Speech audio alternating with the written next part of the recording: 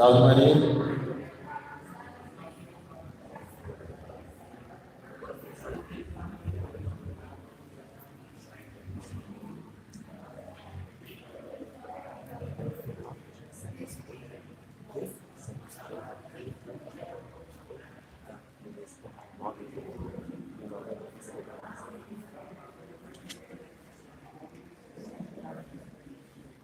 Pessoal, vamos voltando para os assentos, por favor.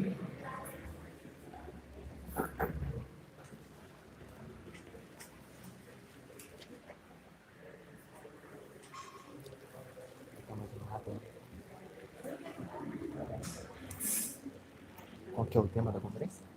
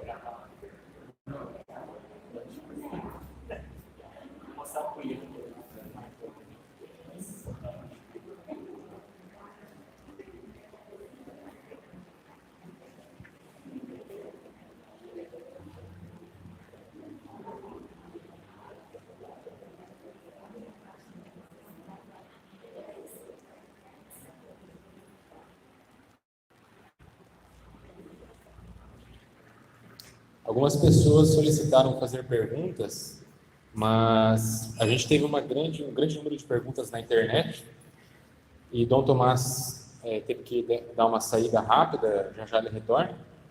Então nós vamos deixar as perguntas para o momento final, após a conferência do professor Welder, onde os 3 conferencistas vão sentar aqui e nós vamos tratar algumas perguntas aí, tá bom?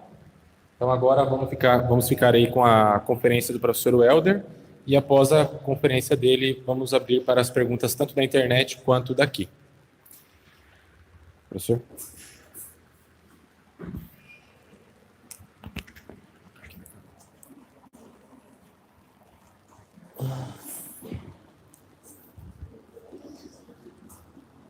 Boa tarde a todos, então. Tema da minha palestra, meu nome é Welder, nasci em Foz do Iguaçu, mas atualmente estou morando em Toledo e sou professor de filosofia e o tema da minha palestra é a resistência dos pais de família contra a revolução. A palestra é direcionada para os pais de família.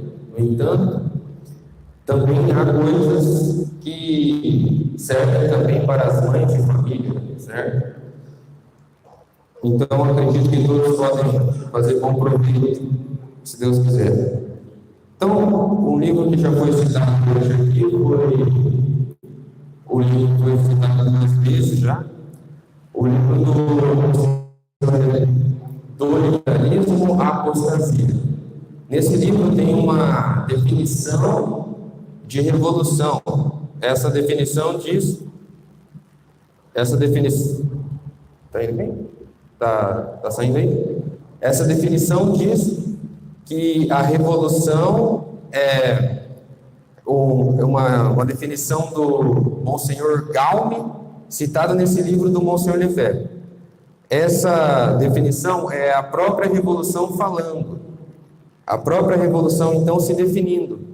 E ela se define dessa forma, que eu sou o ódio contra toda ordem que não tenha sido estabelecida pelo homem e na qual o homem não seja, ao mesmo tempo, rei e Deus.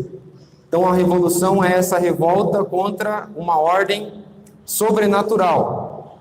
Então, eu gostaria de abordar o que se poderia fazer na prática para resistir a essa revolução.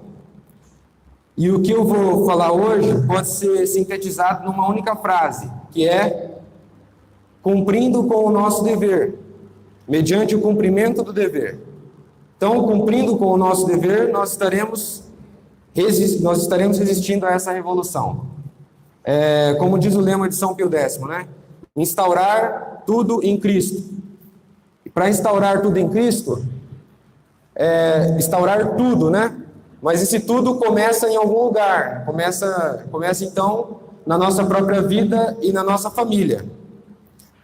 Então eu vou procurar relembrar esses deveres dos quais nós um dia prestaremos conta diante de Deus.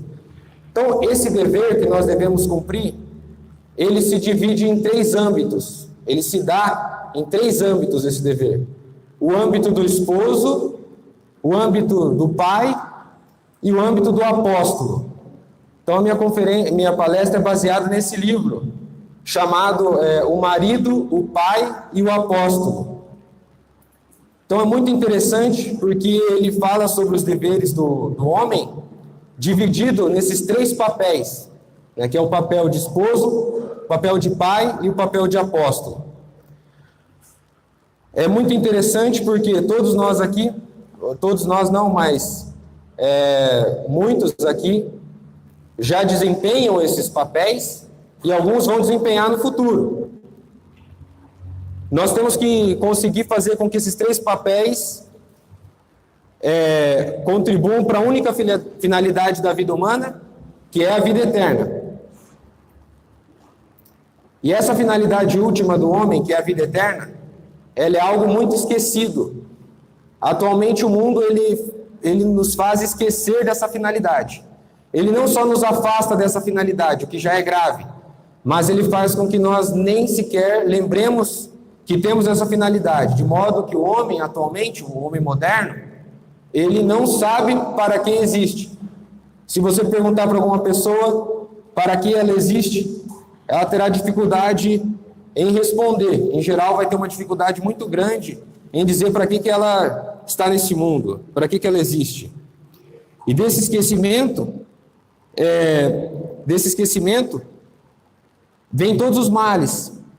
Pelo contrário, né, a lembrança de Deus e da sua igreja, nos vem a solução. Então é isso. Vamos começar então agora pelo papel do marido. Antes de falar do marido, do esposo, no caso, vamos falar sobre a família. A família ela começa com um contrato, né, que é o matrimônio. É um contrato que foi elevado por Deus a uma dignidade maior, que é a dignidade do contrato, que é a dignidade do matrimônio. De modo que o matrimônio cristão, o contrato e o sacramento, eles estão ligados de tal maneira que eles não se dissociam, eles não se separam. O matrimônio, que é esse sacramento, ele não é apenas uma graça dada de uma vez por todas.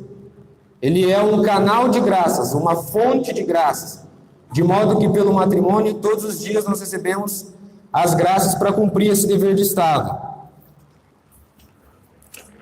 E qual não é então, ao pensarmos nisso, o desprezo, né, pela lei de Deus, quando muitos escolhem constituir a família sem passar por esse sacramento, sem receber esse sacramento, melhor dizendo, de modo que muitos vivem juntos sem se casar na igreja. Isso então é um desprezo pela lei de Deus, cuja culpa não podemos saber, mas cujo fato objetivo de ser um desprezo pela lei de Deus de fato é. Para então receber esse sacramento do matrimônio, deve haver uma séria preparação, deve haver confissão, deve haver um conhecimento sério dos deveres que esse sacramento nos impõe. De modo que quem contrai o sacramento do matrimônio sem uma séria preparação, sem confissão, ou contrai esse matrimônio em pecado mortal, comete um grave sacrilégio. Continuando então a falar sobre o matrimônio, ele tem uma finalidade principal, que é a procriação e a educação dos filhos. Essa finalidade primária do matrimônio. E tem uma finalidade secundária, que é a ajuda entre os esposos. Então, assim, essa procriação e educação dos filhos ela deve conduzir o filho para o paraíso, para a vida eterna. Então, no matrimônio, todos que estão envolvidos no matrimônio devem ser conduzidos ao paraíso, devem ser conduzidos à vida eterna. E se um matrimônio bem constituído, uma família bem constituída, pode gerar muitas vocações, o que é fundamental para resistir aos problemas atuais. Os padres, os religiosos, as freiras, elas vêm de uma família. Então, quanto mais bem constituída é uma família, mais ela poderá gerar vocações. Ok, falei sobre a família, sobre o matrimônio, agora eu vou falar sobre o título, né, desse tópico aqui, que é sobre o marido. Então, o marido ele vai encontrar no casamento ocasiões diárias de renúncias, de sacrifícios, de exercício da paciência. Claro que a mulher também encontrará isso, mas como eu disse, estamos falando especificamente do marido aqui. Ele encontrará então essas ocasiões de renúncia, de sacrifício, de exercício da paciência. Ele terá que aprender a se dominar. Ele diz assim: toda a moralidade está em se dominar, em conhecer-se e em dominar-se. Tá. No matrimônio, o papel do marido é de ser a autoridade, ser a cabeça. Ele tem o poder, ele tem a autoridade, ele tem a direção e deve usar essa sua atribuição para conseguir os fins do matrimônio. O exercício da autoridade não é apenas um direito. O exercício da autoridade é também um dever. E aqueles que não exercem esse dever estão no erro, né? Alguns, por fraqueza, não querem se incomodar, não querem exercer este dever. Outros, por indiferença, né? Bom, indiferença é não ligar para aquilo, não se importar com isso. Então, não exercem a autoridade por indiferença. Outros, por desprezo, e assim por diante. As mulheres, o marido, o esposo, ele tem uma responsabilidade na educação da sua mulher, na educação da sua esposa, na sua educação moral, na sua educação intelectual e na sua educação religiosa. Ele tem uma parcela de responsabilidade. Não é toda a responsabilidade dele, mas ele tem uma parcela muito importante dessa formação. E as mulheres necessitam dessa direção e dessa influência. A influência do marido no caráter da mulher é uma influência muito grande. E é preciso que o esposo utilize essa... Acho que esposo fica mais claro em espanhol, né, do que falar marido, né? O esposo, ele precisa conduzir a sua esposa, no caso, resistir aos seus erros também. Se a esposa está em erro, ele precisa contrariá-la, né? Ele precisa ter essa força, essa firmeza para resistir aos erros e para conduzir bem a sua esposa, né? Encaminhá-la no caminho do bem. Mas a autoridade, para ela ser bem exercida, ela tem que ter algumas características. A primeira delas é a justiça. A autoridade tem que ser exercida com justiça. E o que significa isso? Significa que tem que ser baseado naquilo que está certo. Por exemplo, um marido que desse ordens à sua esposa que contrariassem as leis de Deus. Ele colocaria a sua esposa num dilema. Porque a esposa ficaria dividida entre obedecer ao marido e desobedecer a Deus, ou... Deixa eu ver se eu não me perdi. Ela ficará num dilema. Se o marido manda ela fazer algo injusto, e ela obedece ao marido, desobedece a Deus, tá certo? E se o contrário, ela desobedece a Deus para obedecer ao marido. No primeiro caso, quando ela obedece ao marido, está indo todo mundo para a ruína, está todo mundo indo para a desgraça, né?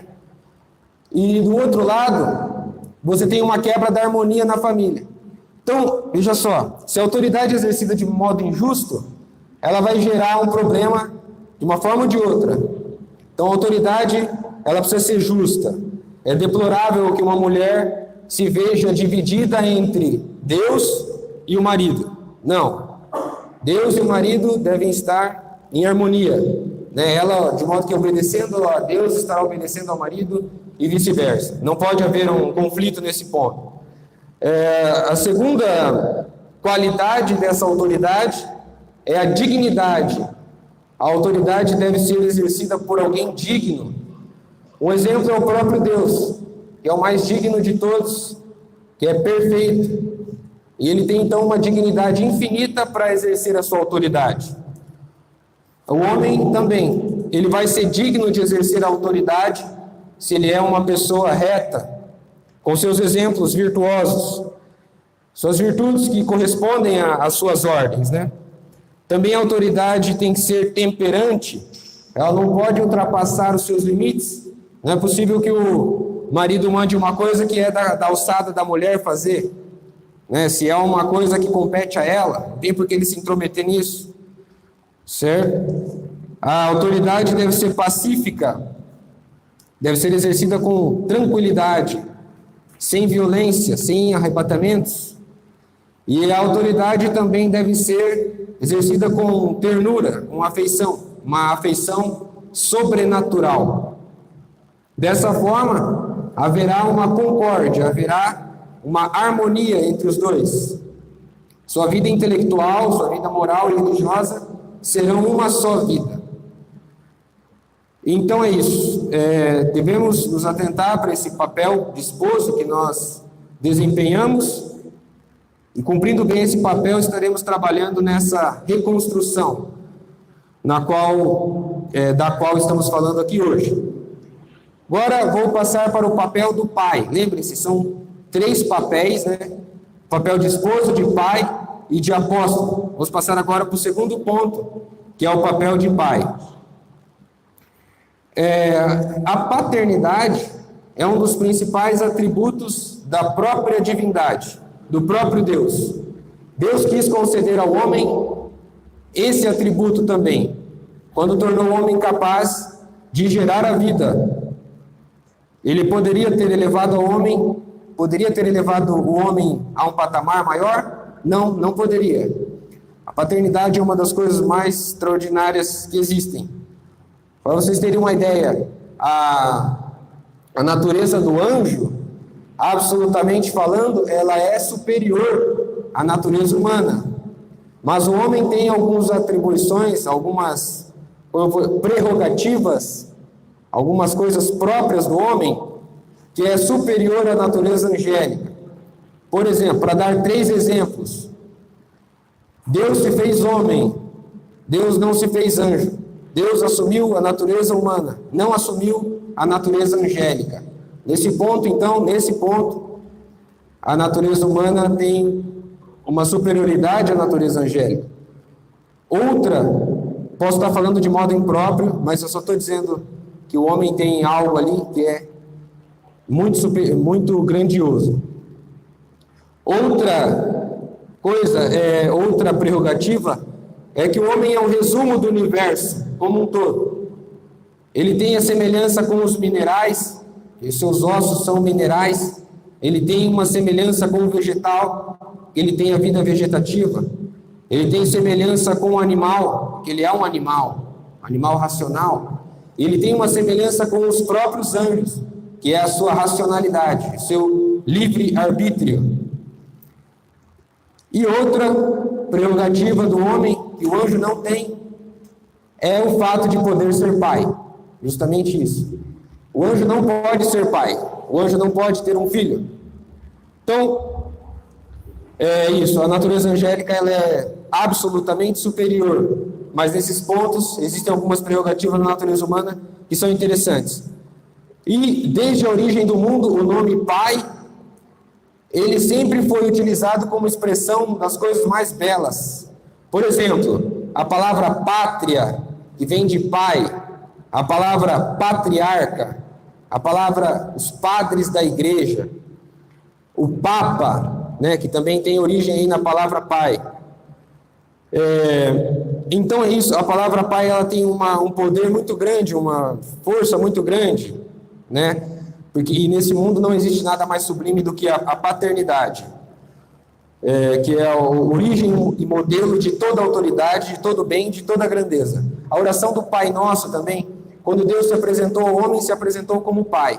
Quando Cristo ensinou o homem a rezar, essa foi a primeira palavra, né? Pai Nosso. Também para lembrar a grandeza do papel de pai, há o caso de um pai que não cumpre bem o seu papel, um pai que faz um dano ao seu filho. Todos vão ver esse pai como um grande monstro.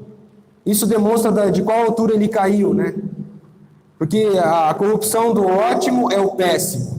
Então, um péssimo pai, ele é visto com muita repugnância, justamente indicando de qual altura ele caiu, em qual altura está a paternidade. Então, a missão do pai é o dever de dar a vida e sustentar a vida, dar a vida e engrandecer essa vida. Então, ele não deve limitar o número de filhos. A igreja ensina sobre isso, não vou entrar em detalhes, mas nós devemos ter quantos filhos Deus nos mandar, né? E com esses filhos nós devemos educá-los de modo a tirar deles a influência do pecado original, tirar deles a influência do demônio, do mundo, e torná-los bons católicos, né? A educação ela tem algo a ver com a redenção. A redenção tem um papel educador, né? A redenção de Cristo. Cristo não só nos salvou e pronto, não é isso, não é só isso. Ele nos salvou, mas através dessa redenção ele quis também nos restaurar, nos fazer virtuosos. Então a necessidade da correção dos filhos é uma necessidade que vem em decorrência do próprio pecado original. A Bíblia diz, né? Quem poupa a vara odeia o seu filho. E agora eu vou ler aqui um trecho que eu achei muito interessante. Porque é mais difícil querer do que saber. E se os pais não querem saber, é porque o saber condená-los-ia a querer.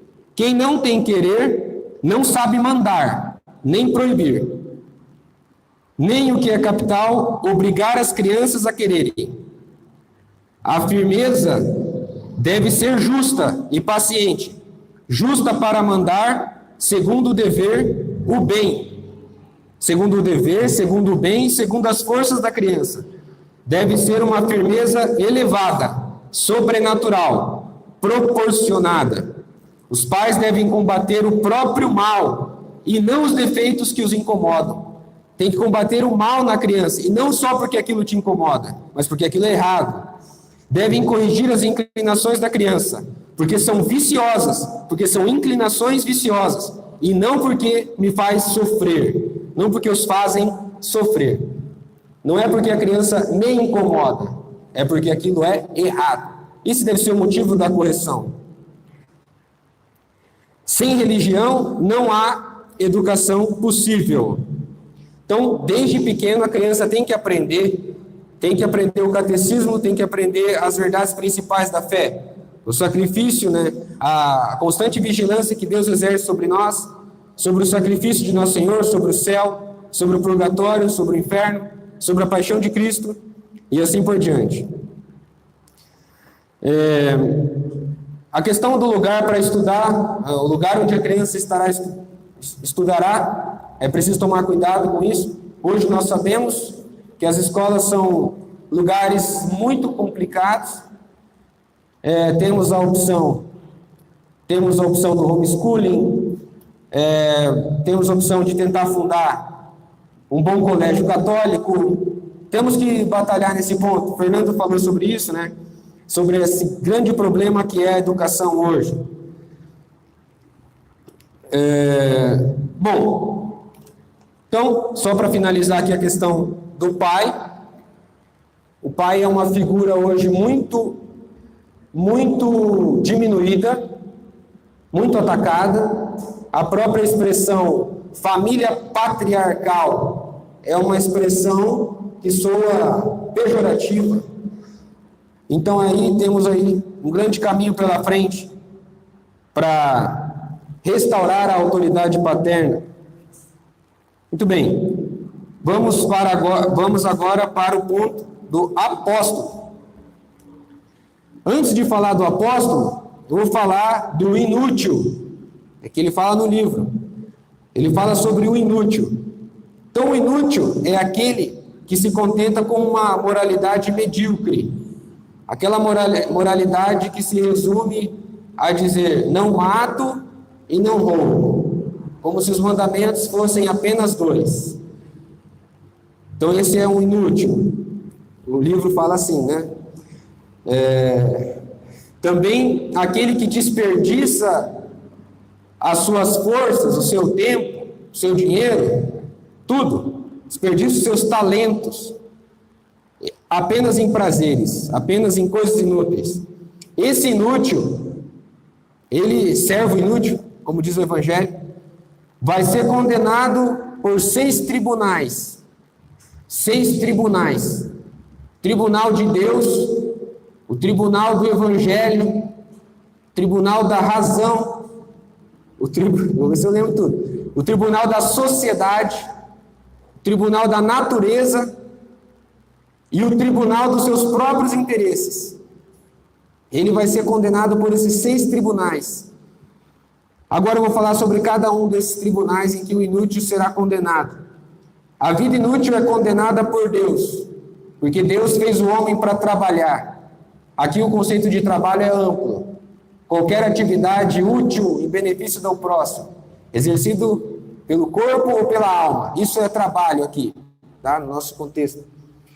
Então, Deus fez o homem para trabalhar. Mesmo antes do pecado original, o homem já estava destinado a trabalhar. Depois do pecado original, isso assume um caráter de expiação, mas ainda assim permanece com o caráter anterior de ser uma vocação do homem, o trabalho. Depois, então por isso que é condenado por Deus, e é condenado pelo Evangelho. Lembremos da passagem da figueira estéril, né, onde Jesus faz uma árvore secar, porque ela não deu frutos. A parábola do servo preguiçoso, que pegou o talento e escondeu. Então ela é condenada pelo Evangelho. E ela é condenada pelo Evangelho não apenas em relação ao desperdício dos bens materiais, mas muito mais também pelo desperdício dos seus talentos intelectuais, das suas capacidades e dos dons sobrenaturais que você recebeu. Então a gente não pode tornar isso inútil. Lembremos aqui agora como que você vai tornar útil esses talentos, como que você não vai ser alguém inútil. Basta lembrar das obras de misericórdia espirituais e obras de misericórdia corporais. As obras de misericórdia corporais: dar de comer a quem tem fome, dar de beber a quem tem sede. Cuidado para não trocar, hein? Dar de comer a quem tem sede e dar de beber a quem tem fome. Dar de comer a quem tem fome, dar de beber a quem tem sede, vestir os nus, dar pousada aos peregrinos, assistir os enfermos, visitar os presos e enterrar os mortos. E as obras de misericórdia espirituais. Essa aqui é difícil decorar, porque elas são parecidas. Mas, vamos lá. Dar bom conselho, corrigir os que erram, ensinar os ignorantes. Eu troquei a ordem aqui. Dar bom conselho, ensinar os ignorantes, corrigir os que erram. Consolar os aflitos, perdoar as injúrias, sofrer com paciência as fraquezas do nosso próximo e rogar a Deus por vivos e defuntos. Então é isso. Deus nos pedirá conta dessas obras de misericórdia. Né? É assim que nós não seremos inúteis. Continuando, o inútil é condenado também pelo tribunal. Só um pouquinho. Condenado pelo tribunal da razão, porque a razão nos diz que nós devemos dar a cada um o que se deve. E Deus tem um direito absoluto sobre nós, por dois motivos principais. Primeiro, porque Ele nos criou. Vou colocar 3 motivos principais. Primeiro, porque Ele nos criou. Segundo, porque Ele nos mantém existindo, né? Ele nos mantém no ser, que é um poder tão grande quanto nos criar. E o terceiro, porque Ele nos redimiu. Então essas 3 coisas dão a Deus sobre nós um poder absoluto. Então se você vive uma vida inútil, você estará roubando de Deus. E isso é irracional, porque a razão diz que se deve dar a cada um o que é devido. A vida inútil é condenada pela natureza, porque a natureza mostra que todo mundo da natureza tem uma função, todos os seres da natureza, né? Desde os astros até o pernilongo. E pernilongo em espanhol acho que vocês não vão entender, né? Entende? Mosquito. Tem que matar o mosquito. Então, a natureza, tudo na natureza cumpre uma função. Então, o ser humano, se ele for inútil, será condenado pelo tribunal da natureza também. Também será condenado pelo tribunal, pela sociedade, pelo tribunal da sociedade, porque o ser humano deve muito à sociedade que ele vive, né? Essa mesa aqui, alguém fez, e agora estou usando, o ventilador, a chipa que a gente comeu agora, tudo é algo que a gente consegue ser condenado pelo tribunal da sociedade. Ele é um escândalo para a sociedade. O inútil é um escândalo. Ele é um fermento de revolução. Os inúteis sempre são usados para a revolução. Ele é um perigo, né? E a vida inútil é contra o próprio interesse do inútil. Porque a vida inútil faz com que ele fique sem inteligência. Avilta a sua inteligência, destrói a sua inteligência. E também destrói o seu caráter. Muito bem, agora sim eu vou falar do apóstolo, depois de ter falado do inútil. É evidente que o pai de família, além dos seus deveres normais, ordinários, digamos assim, deveres estabelecidos já, ele tem deveres também para com a igreja e para com a sociedade. Então ele também tem que ser um apóstolo, também tem que trabalhar pelo reinado social de nosso Senhor Jesus Cristo. Tais deveres têm hoje um caráter ainda mais urgente. Qual que é o caráter principal do apostolado de hoje? Segundo o livro, eu acho que se aplica ainda, claro, o apostolado no mundo moderno não é apostolado moderno. É interessante falar que é apostolado no mundo moderno. O apostolado no mundo moderno, ele tem que se revestir de do que o Renato falou na entrada, do esclarecimento. Não é no sentido iluminista, né? Do esclarecimento iluminista. Não, no sentido de apologética. Atualmente, a questão apologética, de defesa da fé, defesa dos princípios, clareza nos princípios, convicção, firmeza nos princípios, né? Então é isso, o apostolado de hoje tem esse ponto que é o mais importante. Então ele tem que se revestir desses conhecimentos necessários, tem que buscar isso. Aqueles que podem, que têm vocação, devem buscar muito isso. Tem que ser um catolicismo pleno, um catolicismo íntegro, né? Essa questão hoje da ortodoxia, da exatidão da fé, da clareza, isso é crucial no apostolado de hoje. Muito bem. No nosso dia a dia, por exemplo, se você tiver esses conhecimentos, você pode encontrar muita gente que, às vezes, por um erro muito pequeno, não um erro muito pequeno, por uma questão muito simples, você pode esclarecer uma pessoa. Às vezes ela tem uma noção da igreja deturpada, e com uma breve conversa, alguns princípios, a pessoa já pode se interessar pelo assunto, já pode se converter. E é isso, então, agindo pela caridade, buscando isso, né, nós podemos conseguir bons resultados para a igreja, conseguir converter muitas pessoas, principalmente também pela oração, obviamente. Temos tempos difíceis hoje, né? Cada vez mais a situação atual vai exigir heroísmo. É possível até que exija martírio, né? Não sei como é que está a coisa, assim. Mas esse testemunho claro pode muitas vezes exigir da gente, na profissão, em vários locais, um testemunho heróico, né? Ou até, como eu disse, martirial, de martírio, né? Então é isso, eu vou só finalizar com as obrigações que o livro cita, que o livro coloca aqui no final, as obrigações dos chefes de família.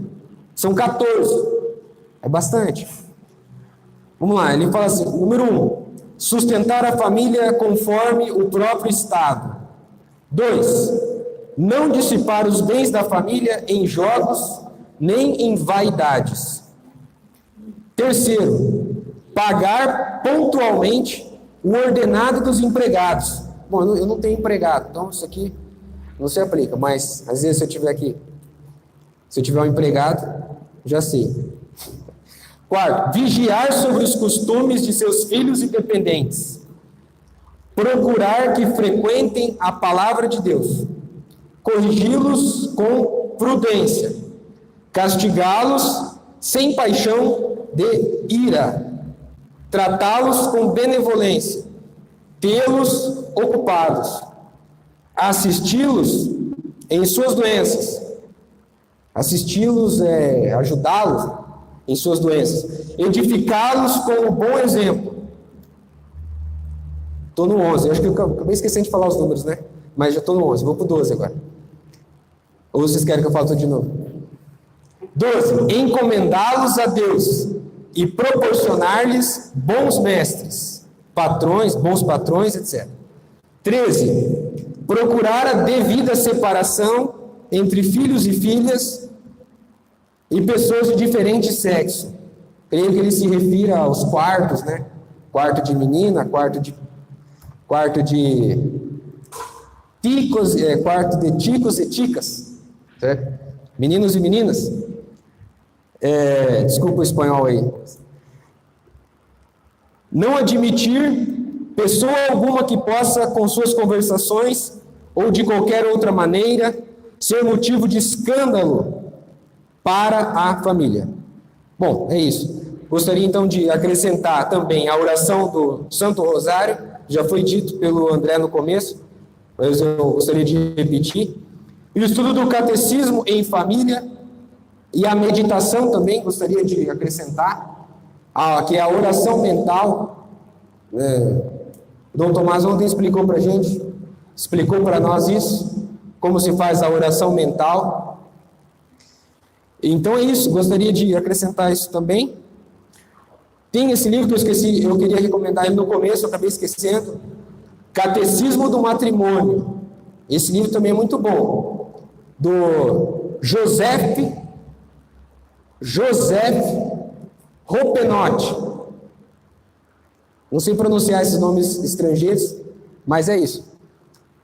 E esse daqui, que eu usei para fazer a palestra, do Padre de Gilbertes, superior dos missionários diocesanos de Paris. Acho que esse livro vai ser difícil vocês acharem, porque foi feito pelas escravas de Maria, lá do Brasil. Não é assim uma edição que foi largamente propagada, mas é bom. Se conseguirem, talvez, traduzir para o espanhol também, é fantástico. Esse livro aqui, que o título é esse, O Marido, o Pai e o Apóstolo. Então, eu termino aqui a minha palestra. Eu espero ter contribuído para esse nobre propósito de resistir contra os erros atuais E esperamos e rezemos para que essa resistência ela seja eficaz, seja vitoriosa. Então é isso, muito obrigado pela atenção.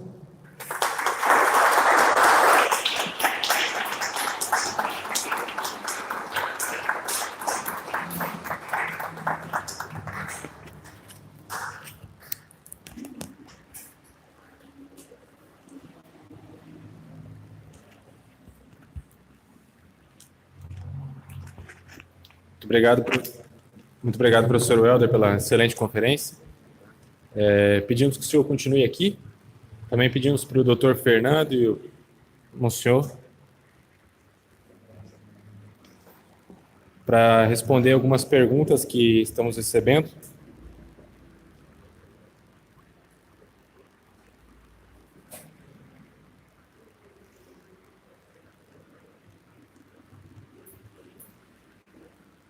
Primeiramente, então, temos alguns questionamentos aqui presentes.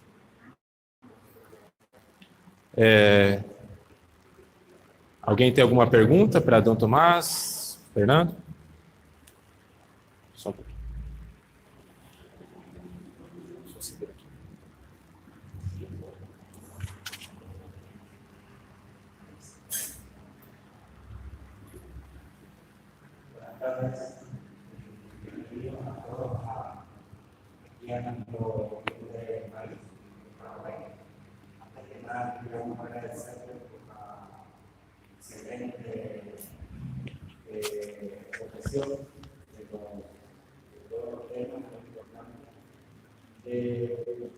No sé si tengo español, entonces pues voy a hablar un poco de español para el doctor Fernando, que va a hacer una consulta con relación a cuál sería la participación de la masonería para esta guerra de la Primera Alianza, que nosotros nos sigue afectando hoy 150 años después de un país destruido. ¿Y cuál fue la participación de la masonería? Porque tenemos grandes exponentes de la masonería brasileña que hoy están gozan de muy buena reputación en Brasil, como el doctor Medeo, por ejemplo, que nosotros tenemos pésima referencia de él. Había ordenado quemar un hospital aquí, había ordenado quemar de los niños, ya porque no habían entendido el poco que quedaba del país. Entonces quería saber cuál es la visión justamente de esa parte un poco gris de la historia.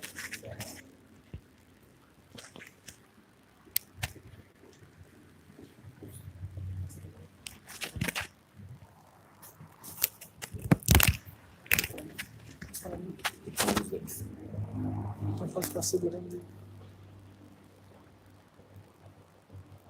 Bom, não tá ligado? Bom, inclusive quando eu falei com o Renato sobre se havia algum impedimento em se falar sobre alguns aspectos da história do Brasil, sabendo que haveria a participação de pelo menos a metade de paraguaios, então foi aí que ele me disse que os paraguaios, com certeza, eles conhecem muito a história do Brasil, até mesmo mais do que muitos brasileiros. Inclusive, eu ressaltei logo em seguida, né? Com certeza, eles sabem muito sobre a questão da Guerra do Paraguai e evidentemente, que poderia sair algum questionamento em relação a isso. Só que sem querer me desincumbir, não querendo se desincumbir da pergunta feita, eu gostaria de postergar a resposta, né, muito peculiar, né, e eu creio que foge um pouquinho do tema que nós estamos tratando aqui, embora seja de magna importância, né, e daí eu peço desculpas, né, por não oferecer a resposta imediatamente ao senhor, mas eu prometo, com certeza, nós poderemos conversar em relação a isso, né, que com certeza é um assunto bastante delicado e que com certeza teve a participação da maçonaria. Eu possuo alguns jornais antigos da época do Império, inclusive jornais religiosos, em que se menciona também a questão da Guerra do Paraguai e também sobre a influência da maçonaria, né? Só que, como é um assunto bastante delicado e que a resposta ela não seria possível em 5 minutos, em 10 minutos, então eu gostaria de pedir a bondade de eu poder dar a resposta posteriormente. Perfeito? Obrigado.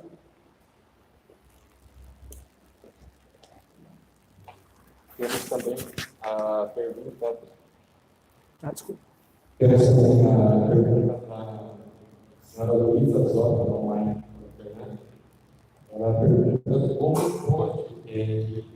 como surgiu isso que o governo hoje mandar a educação dos nossos filhos, essa obrigatoriedade de colocar em escolas laicas. Como combater isso? Se ela está se referindo à obrigatoriedade de um governante na República de impor a educação laica, é justamente pelo princípio que fundamenta todas as repúblicas, a laicidade do Estado. Então, ou seja, se quer uma neutralidade, que como o próprio Carlos de Laet, que eu mencionei aqui, ele dizia que essa neutralidade ela é um sofisma, ela é um engodo, ela é um engano, não? Porque na realidade você vai ter um ensino ímpio, né? Ímpio. E a laicidade ela é um corolário, ou é um similar, uma consequência da liberdade religiosa. Não se pode tratar da laicidade sem você tratar da liberdade, do princípio da liberdade religiosa, né? Então, o que o Estado diz é que não se pode privilegiar uma religião em detrimento de outra. Então, enquanto nós não nos desincumbirmos, não nos acabarmos com esse princípio da laicidade, nós vamos ser reféns, né, desse totalitarismo estatal, né, de imposição, né, de uma educação laica e ímpia. Como disse o próprio Monsenhor Williamson, né, a liberdade religiosa, e outros padres, né, vários outros padres disseram a mesma coisa, a liberdade religiosa, ela se converteu na religião do Estado moderno, na religião democrática. Enquanto não nos livrarmos disso, né, nós vamos ser vítimas fatais, né, desse totalitarismo estatal e educacional. E como nós vemos que a própria Igreja oficial, ela adotou esses mesmos princípios e adota o ensino laico mesmo nas escolas religiosas, ou seja, equiparado ao ensino laico, então é muito difícil conseguirmos nos livrarmos desse tipo de educação, a não ser através, né, do homeschooling. Seria a única opção hoje viável, né, porque não há outro mecanismo, outra forma, né, de você reverter essa situação. Enquanto não nos livrarmos, né, é a religião democrática, é a religião da maçonaria, é a religião, é um sofisma que a Igreja, infelizmente, adotou também, né, nas próprias escolas católicas e, infelizmente, não há uma saída agora a não ser o homeschooling. Pelo menos é a visão que eu tenho.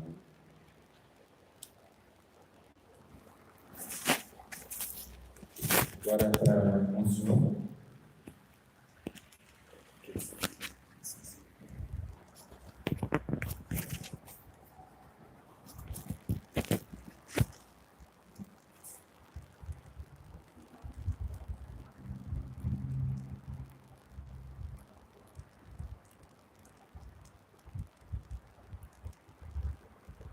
Eu sou o Roberto. Pergunta como manter a fé sempre nos sacramentos, sendo que para a maioria dos crentes é difícil ter uma missa em sua cidade. Boa pergunta, mas Deus dá a graça segundo a necessidade. Os japoneses ficaram 2 séculos sem padres, porque houve uma perseguição muito grande no Japão, mataram todos os padres, e eles ficaram transmitindo a fé através do batismo, e tinham também o sacramento do matrimônio, porque com 2 testemunhas, se não há padre, se recebe também o sacramento.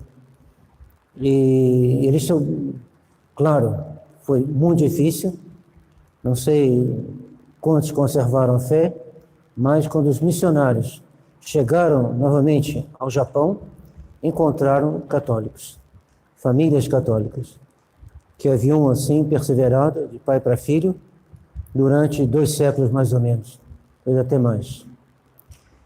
Aqui mesmo no Paraguai e também no Brasil, havia lugares em que o padre passava uma vez por ano, outros lugares em que ele passava uma vez todos 2 anos. Eles se reuniam, rezavam e ficavam aguardando a vinda do padre para se confessar, ter a missa, fazer regularização de casamento, quando necessário, porque o casamento, diante de 2 testemunhas, quando não há padre, ele é sacramento, ele é válido. Então, eu penso que tem que raciocinar dessa maneira. Se não tem padre, a gente espera o padre. E quando o padre chega, a gente tem a missa, tem que pedir o padre também.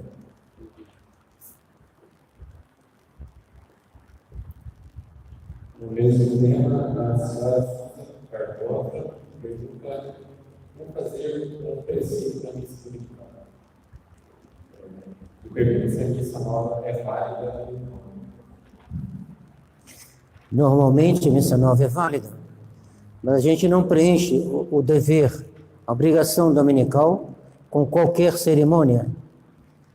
A missa dos ortodoxos normalmente é válida.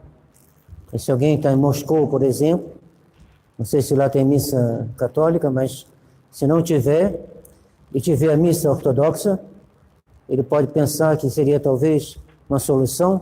Pois bem, não é. Ele não pode ir à missa ortodoxa, mesmo se essa missa é válida, mesmo se há consagração, mesmo se há presença real, mesmo se há comunhão. Ele não pode ir, proibido pela igreja, porque é uma missa que faz mal, pelo sentido que ela nos empurra para o lado do cisma.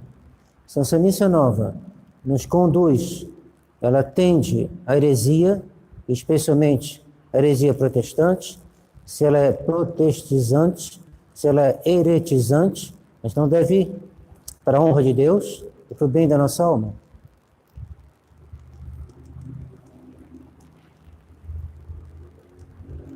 Sou Vitor Maria, diz que está fazendo o processo de vocação na faculdade e ele pergunta como ele pode fazer para fazer o seu processo de vocação profissional na revisão.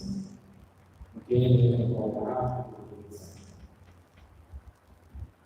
Por enquanto, o melhor é entrar em contato com o Padre Trincado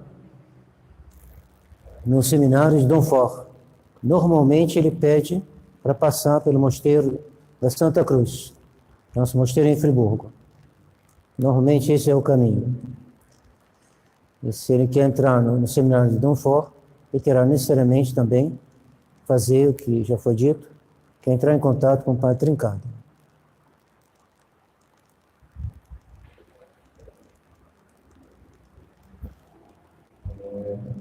O seu Carlos Abreu pergunta se nós somos cismáticos. Pergunta o quê? Se nós somos cismáticos. E se nós falamos que os papas após o concílio foram papas ou não. E também outras perguntas aqui, eles perguntam se nós acreditamos que a sede está vacante do concílio. Não pensamos que a sede está vacante. Pensamos que esses papas são liberais, que esses papas fazem um grande mal, são a raiz, a causa do mal, desse desastre que ocorreu na igreja, que é o maior de todos os desastres, depois da sua fundação, foi o Vaticano II, reunido pelos papas liberais, aplicado pelos papas liberais, e quanto, então, mas apesar disso, a igreja nunca definiu como se perde o pontificado. Então, até os teólogos, muitos bons teólogos têm uma noção, assim, uns pensam de uma maneira, outros pensam de outra, não há uma unanimidade completa de como se perde o pontificado. Nessa dúvida que existe, é melhor manter que está de posse, que é Papa? Aquele que está de posse da função pontifícia. Nós não somos sedevacantistas e achamos que é um erro, que é uma tendência que não é bom, porque afirma algo do qual nós não temos as provas. E é algo de cismático. Frequentemente, nos sedevacantistas, podemos dizer de maneira geral, é um perigo de tendência cismática. Quanto à primeira pergunta, que era se nós somos cismáticos. Quando Monsenhor Lefebvre sagrou em 88, mesmo canonistas de Roma, progressistas, disseram que esse ato de Monsenhor Lefebvre não era cismático, porque ele agiu dentro de uma circunstância delimitada, ele não sagrou bispos para terem uma diocese, um poder territorial, Monsenhor Lefebvre não criou um Papa, não criamos uma igreja paralela. Nós somos simplesmente a resistência, operação sobrevivência. A gente resiste à destruição da fé, nada mais. E nada menos cismático do que isso.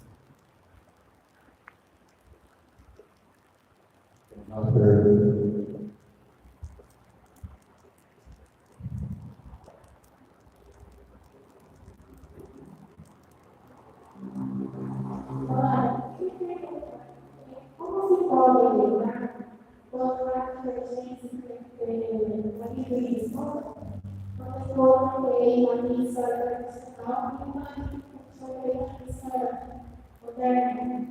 Como é que eu poderia isso? Entendeu? Ah, você.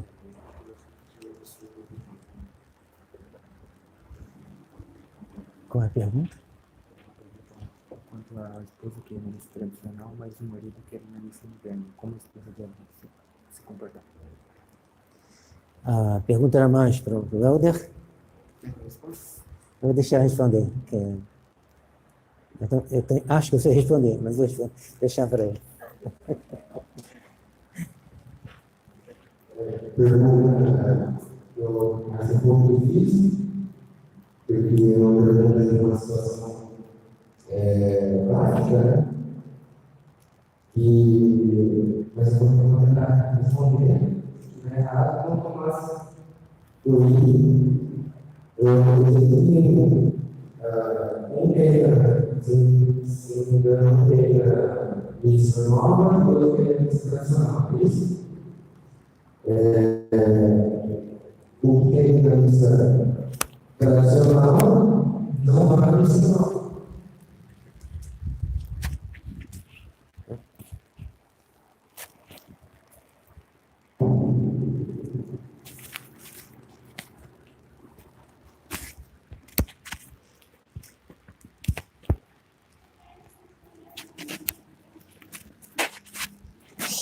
Aí, consegui. Pronto. Tem uma questão de consciência aí, né? A consciência que se tem da crise e várias outras circunstâncias que podem influenciar nessa resposta. Mas, em geral, eu posso dizer assim, não se deve vir na missa nova, por causa de todos os problemas que tem, todo o risco que se tem de perder a fé. Então, o cônjuge que tem já essa consciência, ele não vai na missa nova, ele vai só na missa tridentina. Mas, ao mesmo tempo, ele não deva criar um conflito com o outro que é na missa nova.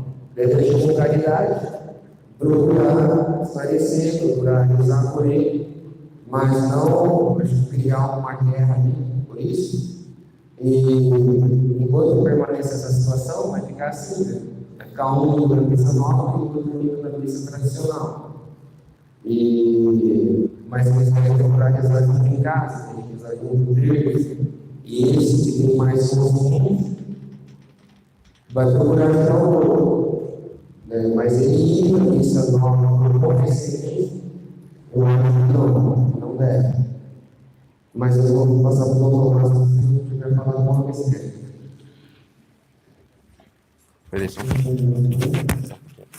Esses casos variam muito, porque é um pouquinho como alguém que tem marido é católico, a esposa é católica, o marido é protestante. A esposa deve ir no culto? Não. Agora, em certos casos, ficar de maneira inteiramente passiva diante de uma cerimônia, não sei, um enterro feito no templo protestante, é permitido, a igreja permite. Ficar completamente passivo. Então tem que ver caso por caso. Cada um, é melhor cada um vá do seu lado e que a esposa reze para que o marido se converta, como falou o Helder. Eu acho que tem que ver caso por caso. O princípio é que eles não devem botar em risco a nossa fé. E se a fé está correndo risco, não deve ir.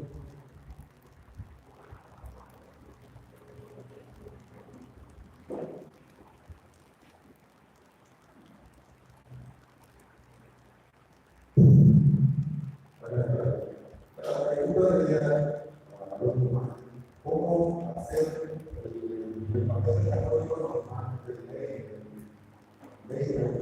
normal, cómo hacer para dar esa resistencia es lo más perfecto dentro de este tipo de posibilidades que hay, especialmente después del control del parece que la tradición se volvió como un menú a la carne. Hay tradiciones no hacer la tradición de San Miguel, la tradición de San Pedro, la tradición del canto gregoriano guaraní, de lo más radical, la tradición del secularismo. Hay cómo hace el laico romano dentro de ese panorama para darse cuenta o no que la resistencia es lo más perfecto, si es que existe. Esa es la pregunta.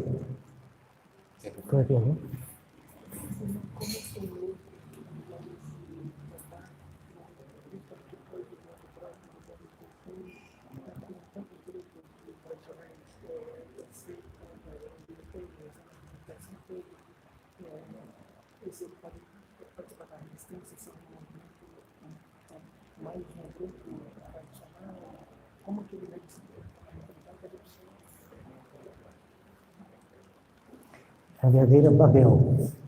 Mas olha bem, o Sr. Lefebvre aconselhava de não ir na missa do moto próprio, porque João Paulo II também fez o moto próprio. Por que não ir na missa do moto próprio? Porque o sermão do padre, muitas vezes, é o padre que aceita o Vaticano II. Os conselhos, então, dados no confessionário, muitas vezes refletem o espírito novo. Agora, então, o IBP segue essa linha. São todos esses movimentos que se puseram debaixo da autoridade de Roma. Ora, não convém estar debaixo da autoridade daqueles que não professam a integridade da fé católica. Porque você será levado, mais cedo ou mais tarde, a corromper, em parte ao menos, a fé católica. Aconteceu com Campos, aconteceu com Barru, aconteceu com tantos outros. Então, eu penso, primeira coisa, descartar todos aqueles que vivem do modo próprio ou que fizeram acordo com Roma. Aí sobra a resistência e a fraternidade. Aí tem que olhar um pouquinho o que já fez a fraternidade e ver o que é melhor. Fraternidade é passos na direção de um acordo. E continua a fazê-lo. Mas tem que se manter ao par desses acontecimentos.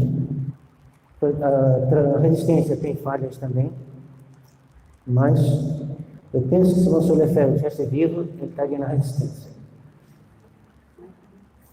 Para resumir. Temos uma pergunta se o Vladimir Agostinho, ele disse que ele é para e pergunta quando se a resistência irá sacar novos riscos, porque a verdade é confiável. O Sr. Lefebvre esperou ter 80 e poucos anos. Então, sim, quando o Sr. Williams chegar a uma certa idade, Dom For também, eu penso que eles vão pensar. Agora, se Roma se converter, não precisa. Então, aguardemos, o futuro pertence a Deus.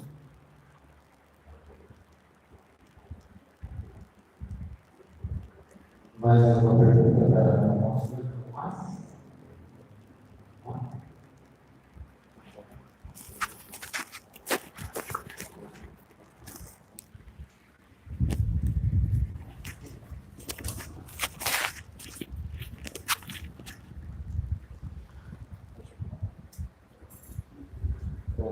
pergunta aqui do seu Davi Simone, ele pergunta do livro que o senhor usou, qual é o livro, o autor e a...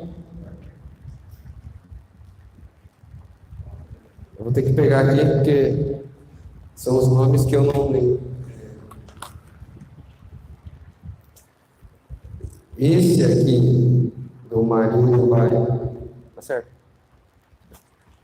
Do Maria do Bairro e o Apóstolo, ele é uma edição das Escravas de Maria, de Campo Grande. Hã? Ah, tá. O mosteiro que tem para vender. E livraria do mosteiro para vender? Não? A livraria do mosteiro? Livraria de Santa Cruz?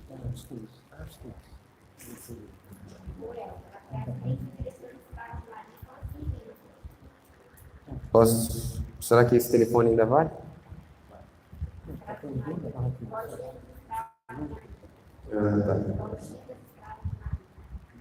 Das Escravas de Maria, ele tem em Campo Grande, telefone 67 3349 0271 da Livraria do Mosteiro. Esse daqui tem em PDF também. Tem em PDF, o Catecismo do Matrimônio. Mas tem essa edição aqui também, eu comprei no mosteiro também. Mosteiro da Santa Cruz. Padre Joseph Ropenotti, S.J. Então é isso. Caminhos da Lã, Nascimento, pergunta sobre a Santa construir uma família. Porém, vejo que muitas vezes vai corrigir. O que o Senhor Léo indica que eu faça para poder ver as imperfeições para me tornar um bom homem? Bom, tem que rezar o terço, né? Rezar o rosário todos os dias. Procurar ler esse livro aqui. Esse livro aqui vai ajudar muito, muito mesmo. Ler e meditar nesse livro. Isso é uma preparação extraordinária para você alcançar o seu intento. A oração mental também é muito importante. Eu creio que é isso. Você fizer essas coisas, essas 3 coisas, você vai chegar lá, se Deus quiser.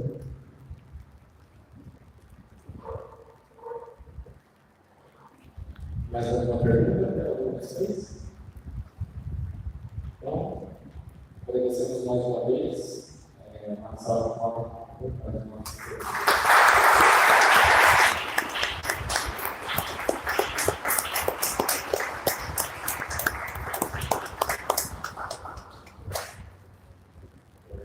também gostaria de avisar que nós temos quase 350 pessoas que estão aqui.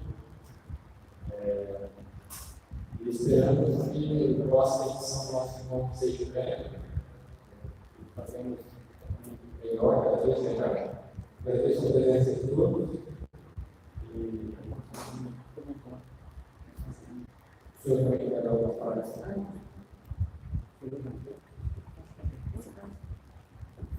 Só lembrando que nós vamos colocar na tela, a maioria dos pessoas não online, temos que fazer agora esse caminho.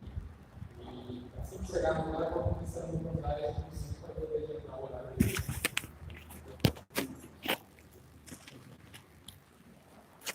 Só para felicitá-los e vamos terminar com uma bênção. A todos os joelhos. Benedictio Dei Omnipotens, Patris, et Filii et Spiritus Sancti, descenda sobre vós, manet sempre. Amém. Se tiver tempo, ainda confesso alguém aqui, senão lá na capela. Ok? Era para entoar só o lugar mesmo. Era para entoar, gente. Vamos para a capela direto. Achou, tira depois, né?